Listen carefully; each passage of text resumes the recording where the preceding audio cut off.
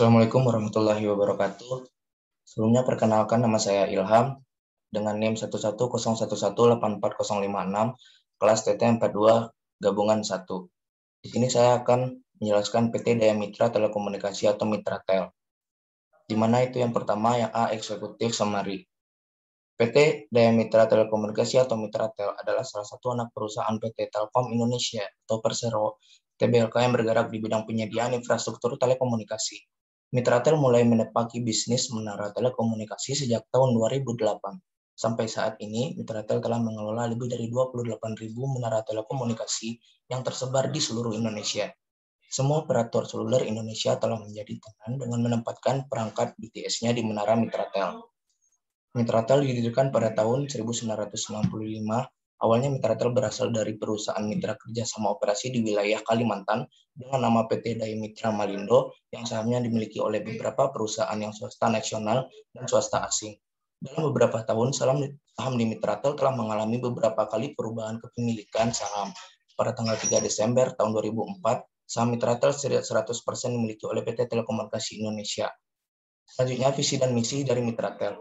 Visi Mitratel yaitu menjadikan leader dan provider terbaik dalam penyediaan infrastruktur telekomunikasi di Asia Tenggara. Kemudian visinya memberikan layanan infrastruktur solution dengan kualitas yang premium dan harga yang kompetitif. Selanjutnya yang B itu analisis SWOT, SWOT, di mana identifikasi kekuatan dan kelemahan Mitratel. Nah, di sini kita itu kekuatan atau strength. Satunya SDM yang berkualitas tinggi. Kedua, perusahaan harus memiliki kualitas yang baik. Ketiga, infrastruktur dan kapasitas jaringan yang luas. Keempat, mempunyai pemimpin yang memiliki banyak channel atau link. Kelima, mampu meningkatkan pendapatan perusahaan. Kemudian kelemahannya yaitu weakness-nya, biaya operasionalnya yang mahal, pemberian harga yang kurang kompetitif, kurangnya sumber layanan, kegiatan promosi yang masih kurang intensif. Selanjutnya, identifikasi peluang dan ancaman Mitratel, di mana peluangnya itu menentukan skala prioritas penanganan risiko, keunggulan dalam segi infrastruktur dan layanan, banyaknya populasi masyarakat di Indonesia, terbukanya kesempatan untuk ekspansi layanan. Selanjutnya, terdapat ancaman atau threats, di mana itu munculnya pendatang baru yang membuat adanya persaingan, kemudian mahalnya investasi untuk infrastruktur, kemudian adanya perubahan harga dari klien, dan kemudian perekonomian yang cenderung belum membaik. Nah, selanjutnya yang C, IFE dan EFE. Yang pertama itu ada internal factor evolution atau IFE. Nah, di situ ada kekuatan strength, ada kelemahan weakness, dan juga mendapatkan totalnya bobot nilainya yaitu sebesar 3. Selanjutnya external factor evolution atau EFE, di mana juga terdapat di sana ada peluang, opportunities, dan ancaman, threats. Nah, di sana kita mendapatkan bobot nilainya yaitu sebesar 2,49. Selanjutnya pengembangan strategi dengan SWOT matrix.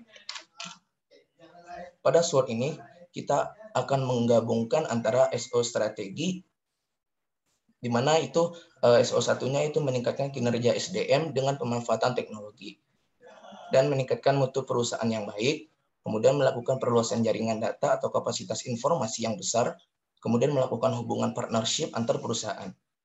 Selanjutnya itu ada WO strategi, di mana meminimalisir anggaran biaya perusahaan dan memaksimalkan keuntungan perusahaan, membuat layanan dengan harga yang lebih kompetitif, memperbanyak serta memperbarui sumber layanan yang ada di perusahaan, dan melakukan promosi dengan penawaran menarik sehingga dapat menarik banyak konsumen. Selanjutnya ada ST strategi. Yang pertama itu menggunakan produk dan layanan yang unggul untuk membangun perusahaan. Kedua, meminimalisir pengeluaran di bidang infrastruktur dan melakukan negosiasi dengan klien sehingga mendapatkan harga yang sesuai dengan SOP perusahaan. Kemudian yang terakhir melakukan kerjasama antar kepala perusahaan. Dan yang terakhir ada WT strategi. Yang pertama itu meminimalisir biaya perusahaan. Kedua ada memberikan tarif yang kompetitif terhadap klien atau konsumer. Jadi ada memberikan pelayanan yang maksimal. Dan terakhir melakukan pemasaran yang intensif. Nah, selanjutnya penetapan strategi. Penetapan strategi itu ada strategi opening yang pernah terdapat di dalamnya itu ada SO strategi.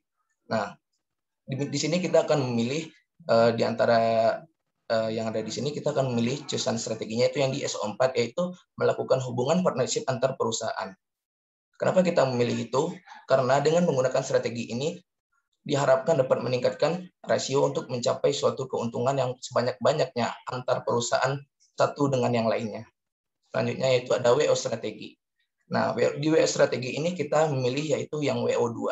Di mana WO2 ini membuat layanan dengan harga yang lebih kompetitif. Kenapa kita memilih WO2? Karena dengan menggunakan strategi ini diharapkan perusahaan mampu menunjukkan kualitas yang lebih besar daripada pesaingnya. Selanjutnya ada ST strategi. Nah, di sini kita akan memilih yaitu yang ST1. Di mana ST1 merupakan menggunakan produk dan layanan yang unggul untuk membangun perusahaan. Mengapa kita memilih ST1? Karena dengan menggunakan strategi ini diharapkan suatu perusahaan memiliki ciri khas dan pembeda masing-masing dalam memajukan perusahaannya. Dan yang terakhir ada WT strategi. Di mana WT strategi ini kita memilih yaitu yang WT3-nya. Nah, WT3 itu memberikan pelayanan yang maksimal. Kenapa kita memilih WT3? Karena dengan menggunakan strategi ini diharapkan suatu perusahaan bisa memenuhi dan memuaskan para pelanggan nantinya, sehingga perusahaan banyak mendapatkan keuntungan. Nah, selanjutnya itu bisnis model kanvas. Bisnis model kanvas, di sini kita akan menjelaskan yang pertama itu ada key partner. Di mana key partner itu mitra yang bekerja sama dengan mitra tel. Di sini kita terdapat ada PT Telkom, ada PT Ecogreen, ada PT SpaceX, ada PT Persada Sokta. Kemudian yang kedua ada key activity. Key activity itu kegiatan yang dapat mewujudkan value-nya. Di mana yaitu kegiatannya ada partnership dan yang kedua ada financing. Kemudian key proposition. Key proposition itu keunggulan atau perbedaan mitra tel dengan platform lainnya. Nah, di sini keunggulannya itu dia memiliki jaringan yang luas dan dia mempunyai digital service yang khusus. Selanjutnya ada customer segment. Customer segment itu yaitu segmen pelanggan yang ditargetkan oleh mitra tel. Di mana itu yang pertama ada perusahaan BUMN atau swasta, dan kedua ada order lisensi operation atau OLO, dan yang terakhir ada enterprise. Nah, selanjutnya ada key research. Key research itu yaitu SDM, sumber daya yang dapat membantu mewujudkan value propagation. Di mana kita itu mendapatkan ada physical asset sama klien. Selanjutnya ada customer relationship. Customer relationship itu yang pertama itu jaminan layanan, dan yang kedua ada automatic service. Selanjutnya ada channel di mana kita ada social media marketing dan iklan.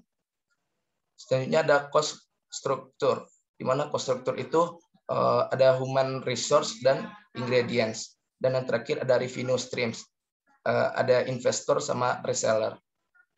Nah, di sini saya akan mendapatkan inovasi dari model Canva yang di atas tadi. Yaitu inovasi yang saya dapatkan yaitu di bagian key research. Di mana key research itu ada penambahannya yaitu ada daya jual. Dan selanjutnya ada tambahan lagi di customer relationship, yaitu dengan harganya yang terjangkau, dan ada tambahan di customer segment, ada penambahan itu masyarakat umum, dan ada cost structure, ada penambahannya di marketing, dan yang terakhir ada revenue stream, penambahannya di penjualan produk.